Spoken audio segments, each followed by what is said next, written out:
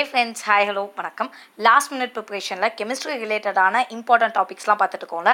அந்த வகையில் இப்போ நம்ம அகெயின் ஆசிட் அண்ட் பேஸ்லேயே நெக்ஸ்ட் விஷயம் பார்க்க போகும், அதோடைய ப்ராப்பர்ட்டிஸ். ஸோ ஆல்ரெடி நம்ம ஆசிட் அண்ட் பேஸோடைய இம்பார்ட்டன்ட் கான்செப்ட்ஸ்லாம் பார்த்துருப்போம். ஸோ எப்படி ஒவ்வொருத்தர் வந்துட்டு ஆசிட் இதுதான் பேஸ் இதுதான் அப்படின்னு இன்டர்பிரட் பண்ணி வச்சிருக்காங்கிறத பார்த்துருப்போம். ஸோ இப்போ அதுக்கு அடுத்து இதோடைய ப்ராப்பர்ட்டிஸ் எல்லாம் பார்க்க போகும். ஸோ ப்ராப்பர்ட்டிஸ் பொறுத்த வரைக்கும் எக்கச்சக்கமான ப்ராப்பர்ட்டிஸ் இருக்க ஒரு டிஃப்ரென்சியேஷன் டேபிளே இருக்கும். பட் அது எதுவுமே நம்ம பார்க்க போகிறதில்ல. ரொம்ப ப்ரிடாமினண்ட்டாக இம்பார்ட்டண்ட்டாக உள்ள சில விஷயங்கள், அந்த டிஃப்ரென்சஸ்லையும் ரொம்ப இம்பார்ட்டண்ட்டான டிஃப்ரென்சஸ் சில இதை மட்டும் தான் பார்க்க போகும். ஸோ நிறைய இது விட்டு போகலாம், but don't worry about it. கடைசி நிமிஷத்தில் நம்ம இவ்வளோ கரெக்டாக ஞாபகம் வச்சுக்கிட்டாலே போதுமானது. மிச்சத்தை நீங்கள் நிறைய படித்ததுனால உங்களுக்கு ஆட்டோமேட்டிக்காக ஞாபகம் வந்துடும். ஓகேயா? So let's begin. ஃபர்ஸ்ட் வந்துட்டு இந்த சோ டேஸ்ட் அப்படின்னு இருக்கும், பிட்டர் டேஸ்ட் அப்படின்னு இருக்கும். இது கண்டிப்பாக நம்ம எக்ஸாமில் வந்துட்டு பயங்கரமாக கன்ஃபியூஸ் பண்ணுவோம். ஸோ வந்துட்டு acids always have a bitter taste அப்படின்னு சொல்லுவாங்க.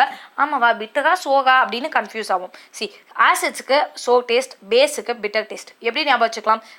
பி இருக்கா? ஸோ பேஸ் அப்படின்னாலே பிட்டர் டேஸ்ட்டு, அப்போ ரிவர்ஸ் ஆசிட்ஸ் அப்படிங்கிறதுக்கு சோ டேஸ்ட்டாக இருக்கும். அடுத்தது இது என்ன கலரை சேஞ்ச் பண்ணும்? ஸோ லிட்மஸ் பேப்பர்னு ஒரு பேப்பர் இருக்கும் தெரியும்ல, அந்த லிட்மஸ் பேப்பரோட கலரை இது சேஞ்ச் பண்ணும். இதுவும் காமன் கொஸ்டினபிள் ஏரியா தான். ஸோ என்ன சொல்லியிருக்காங்க அப்படின்னா, ப்ளூ லிட்மஸை ரெட்டாக சேஞ்ச் பண்ணும். எது? ஆசிட். அதே இது பேஸ் என்ன பண்ணும் அப்படின்னா, ரெட் லிட்மஸை ப்ளூவாக சேஞ்ச் பண்ணும். ஓகே, இதை நான் எப்படிதான் ஞாபகம் வச்சுக்க அப்படின்னா, அகெயின் அதே கான்செப்ட் தான். இங்கே பேஸ் அப்படிங்கிறது பி, அதே மாதிரி ப்ளூவும் பி.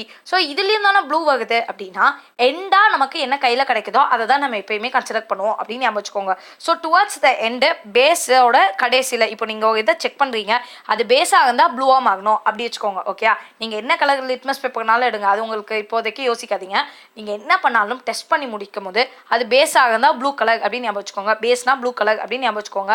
ஸோ இது ஓகே, மனப்பாடம் ஆயிடுச்சா? இப்போ ரிவர்ஸ் வந்துட்டு ஆசிடுக்கு இருக்கும். ஸோ ஆசிட் என்ன பண்ணுது? ப்ளூ லிட்மஸ் பேப்பரை ரெட்டாக மாற்றுது, பேஸ் வந்துட்டு ரெட் லிட்மஸ் பேப்பரை ப்ளூவாக மாற்றுது. ஓகேப்பா. அடுத்தது ஆசிடும் ஒரு மெட்டலும் சேர்ந்துச்சு அப்படின்னா ஏதோ ஒரு ஆசிட், ஏதோ ஒரு விஷயம் கிடைக்கும், ஒரு சால்ட் கிடைக்கும், ப்ளஸ் நமக்கு வந்துட்டு ஹைட்ரஜன் வந்து வெளியில் போகும். ஸோ இது வந்து பேசிக்கான ஒரு விஷயம். So acid plus some metals will give salt plus some kind of ஹைட்ரஜனை எவால்வ் பண்ணும். பேஸுக்கும் இதே ஃபார்முலா இருக்குது. பேஸும் கொஞ்சம் ஹைட்ரஜனை எவால்வ் பண்ணும், பட் எல்லா ரியாக்ஷன்லையும் கிடையாது. ரொம்ப கம்மியான ரியாக்ஷனில் ஹைட்ரஜன் எவால்வ் ஆகும். பட் ஆசிட்ஸை பொறுத்த வரைக்கும் மேக்ஸிமம் ரியாக்ஷன்ஸில் ஹைட்ரஜனை வந்து எவால்வ் பண்ணிட்டே இருக்கும். ஓகே, ஸோ இது வந்து பேசிக்கான ஒரு விஷயம். ஓகேப்பா. நெக்ஸ்ட் நமக்கு தெரிஞ்ச நியூட்ரலைசேஷன் ரியாக்ஷன். அது என்ன நியூட்ரலைசேஷன்? ஆசிடையும் பேஸையும் சேர்த்தீங்க அப்படின்னா சால்ட்டும் வாட்டரும் நமக்கு கிடைக்கும். இது ரொம்ப பேசிக்கான விஷயமா? ஸோ அதை அப்படியே ஞாபகம் வச்சுக்கோங்க. Acid plus base gives salt plus water. Okay, இப்போ அதுக்கு எக்ஸாம்பிள் தான் பார்க்க போவோம். So hydrochloric acid plus sodium hydroxide will give sodium chloride plus water. So இதை தான் கொடுத்துருக்காங்க. அது அக்வஸ் சொல்யூஷன்ஸ் எல்லாமே அப்படின்னு கொடுத்துருக்காங்க. அதெல்லாம் நமக்கு தேவையில்லை. ஓகேப்பா.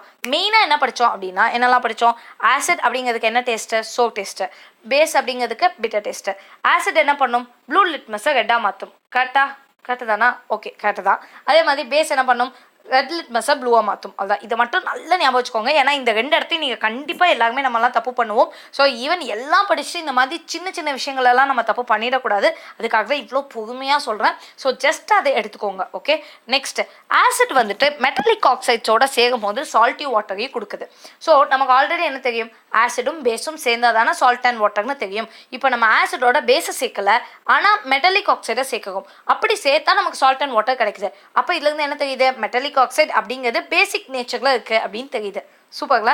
ஓகே, இதே மாதிரி பேஸை நான் மெட்டலிக் ஆசிட்ஸோட நம்ம கம்பைன் பண்ணோம் அப்படின்னா நமக்கு சால்ட் அண்ட் வாட்டர் கிடைக்கும். ஸோ அது என்ன நான் மெட்டலிக் ஆசிட்ஸ் அப்படின்னா, அந்த மாதிரி ஒரு ஆசிட்ஸ் இருக்குது. இந்த நான் மெட்டலிக் ஆசிடோட எப்படி கம்பைன் பண்ண யோசிச்சுப்பாங்க. Acid plus base give salt plus வாட்டரா? பேஸையும் ஏதோ நான் மெட்டலிக் ஆசிடையும் சேர்க்கும் போது அப்போ அந்த ஆசிட் என்னவா இருக்கணும்? அசிடிக்காக இருக்கணுமா?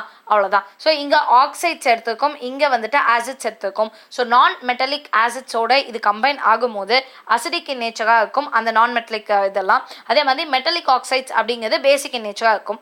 இது வந்து நம்ம இன்டர்பிரிட்டேஷன். ஸோ இது சும்மா தான், இது பயங்கரமாலாம் நீங்கள் படிச்சுக்க வேணாம். வாட் இஸ் இட் அப்படின்னு பார்த்துக்கோங்க.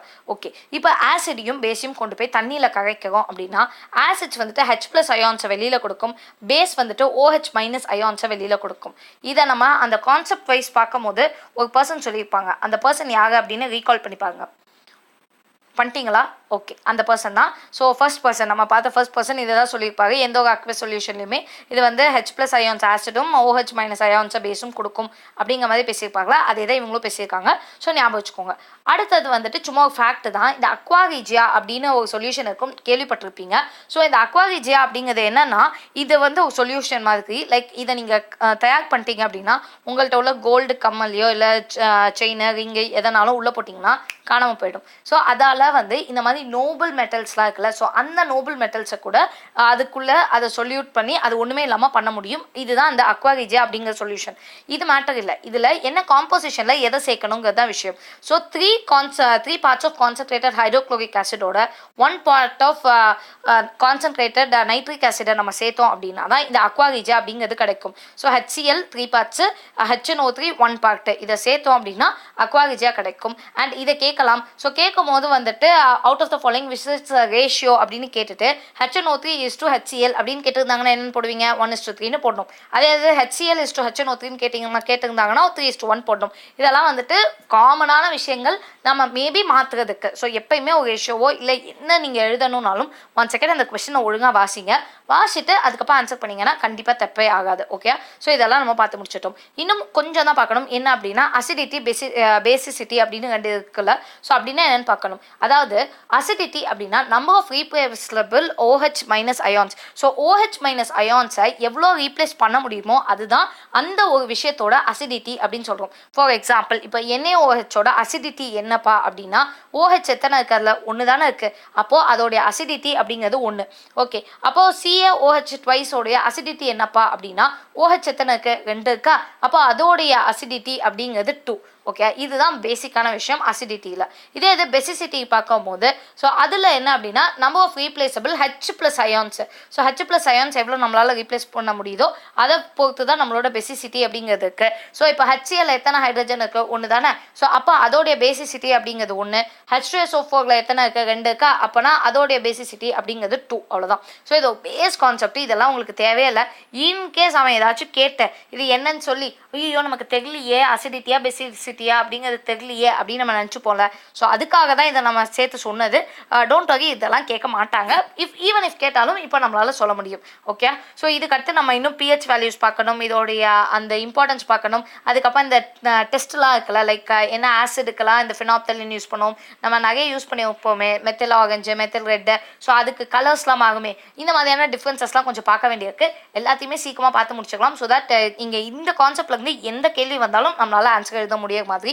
So strive for continuous improvement instead of perfection. So perfection வேணும் தான், பட் அதை தாண்டி நிறைய இம்ப்ரூவ் பண்ணுங்க. உங்களால் முடிஞ்ச வரைக்கும் இம்ப்ரூவ் பண்ணுங்க. அண்ட் அதுக்கப்புறமா பர்ஃபெக்ஷனுக்கு சேர்த்து இம்ப்ரூவ் பண்ண ஆரம்பிங்க. So perfection is nothing but இம்ப்ரூவ்மெண்ட்டுக்கான இம்ப்ரூவ்மெண்ட். எப்பயுமே ஒரு பர்சனால பர்ஃபெக்டாக இருக்க முடியாது. கட்டேஜுக்கு இம்ப்ரூவ் பண்ணுற ஒரு நிலமையில தான் நம்ம இருப்போம். So all the very best. If you have any doubts please do save me in the comments below. And for instant updates Telegram சேனலோட லிங்க் கீழே டிஸ்கிரிப்ஷனில் இருக்கும். Please do join over there. Thank you.